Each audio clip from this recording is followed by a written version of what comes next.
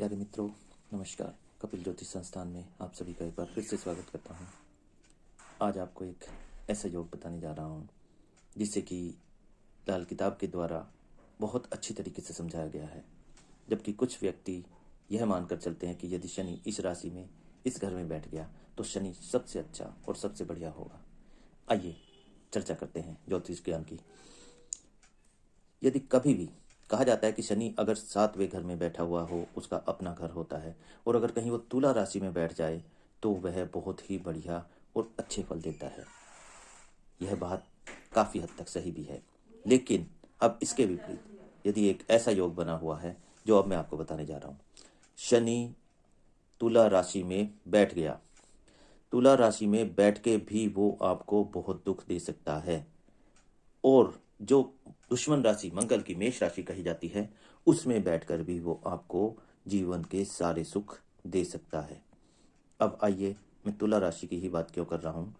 शनि अगर अपने घर 7वें घर में तुला राशि में भी बैठ जाता है, लेकिन उसी वक्त में सूर्य, मंगल, चंद्रमा, इन तीनों में यह ग्रह 3, 5, 9, इन कोई से भी घर में एक भी ग्रह आ गया, तीनों में से, या 2 ग्रह आ गए या तीनों आ गए, तो उस बच्चे के पिता की हालत को शनि बिल्कुल खराब कर देगा।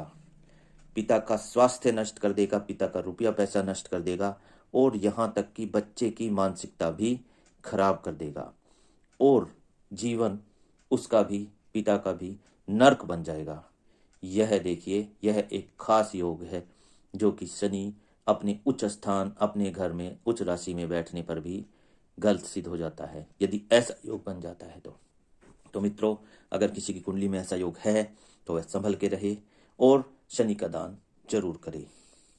आइए अब एक दूसरे योग की चर्चा करते हैं।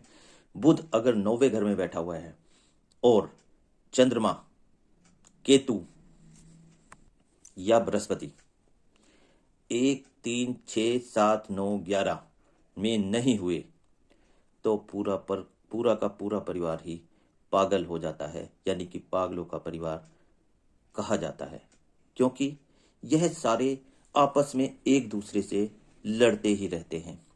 बिना लड़े इनका खाना हजम नहीं होता, और यह आपस में एक दूसरे से लड़ लड़कर अपना जीवन, पारिवारिक जीवन सब खराब करते रहते हैं, और जब घर से बाहर निकलते हैं तो ऐसे दिखाते हैं कि हम सब एक हैं।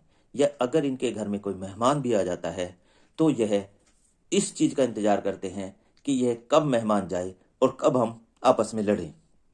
तो यह एक तरीके से, जिसे कहा जाए कि परिवार बहुत दुखी हो जाता है, क्योंकि वह अपनी बुद्धिमत्ता को खो देते हैं और आपस में लड़कर पूरा परिवार पागल स्थिति में बना रहता है। तो मित्रों, यदि मेरे द्वारा बताई गई जानकारी आपको अच्छी लगी हो, यदि किसी के कुंडली में योग बन रहा है तो उपाय जरूर करें। मैं जिस चीज़ के लिए कहता हूँ, अगर उसका उपाय नहीं समझ में आता तो मुझे कमेंट्स में पूछ सकते हैं। तो मित्रों, मिलता हूँ आपसे अगले वीडियो में। तब तक के लिए नमस्कार, जय श्री राम, राधे राधे।